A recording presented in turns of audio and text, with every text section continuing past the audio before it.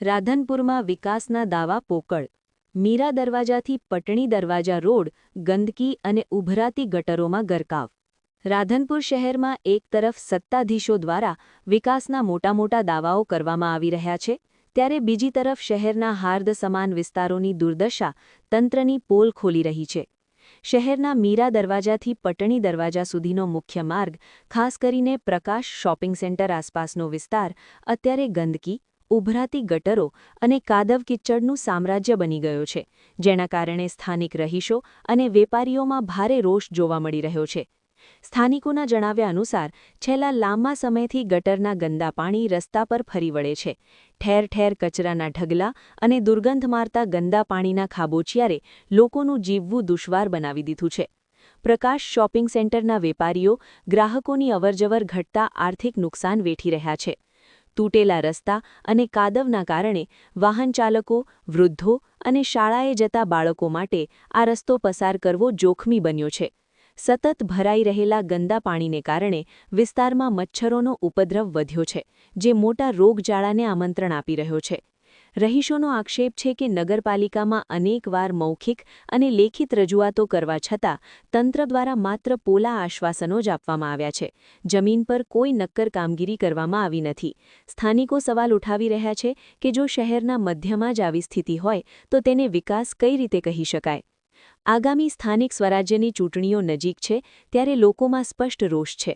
સ્થાનિક વેપારીઓ અને રહીશોએ ચીમકી ઉચ્ચારી છે કે ચૂંટણી સમયે વચનો આપવા આવતા નેતાઓ યાદ રાખે કે હવે અમને વચન નહીં પણ નક્કર કામ જોઈએ, નહીં તો જનતા મતદાન દ્વારા જવાબ આપશે. હવે જોવાનું એ રહે છે કે રાધનપુર નગરપાલિકા કાગળ પરના વિકાસમાંથી બહાર આવી આ ગંભીર સમસ્યાનો કાયમી ઉકેલ ક્યારે લાવે છે. Bureau report, Aajka.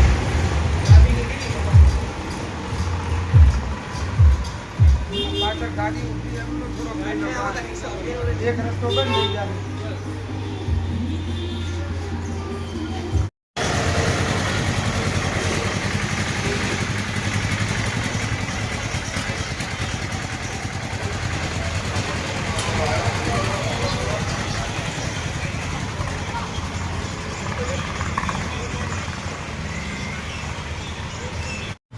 मीरा दरवाजा थी पटनी दरवाजा वालों विस्तार बराबर आ लगातार 1.5 वर्षथी आ समस्या है खाडानी प्रश्न अमे लेखित में मौखित में बधे रजूआत करी. नगरपालिकानी बहुमतीनी सरकार है सत्ता में तो पण आ कोई काम करता नहीं.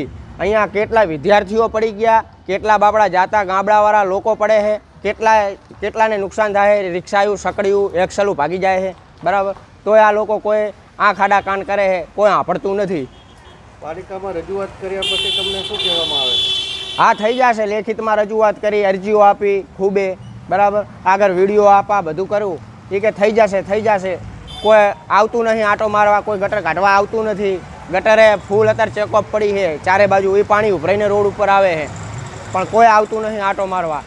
આ દુકાનવાળા બધાય ત્રાસી ગયા છે આ સરકારથી. શું માંગ છે વેપારીઓની? વેપારીઓની માંગ છે એક જ કે આ રોડ બને અને રસ્તો બને ને આ ગટરની સાફ સફાઈ થાય, આ ખાડા બુરાય. આપનું પૂરું નામ? કાચી સોય પ્રેમજભાઈ.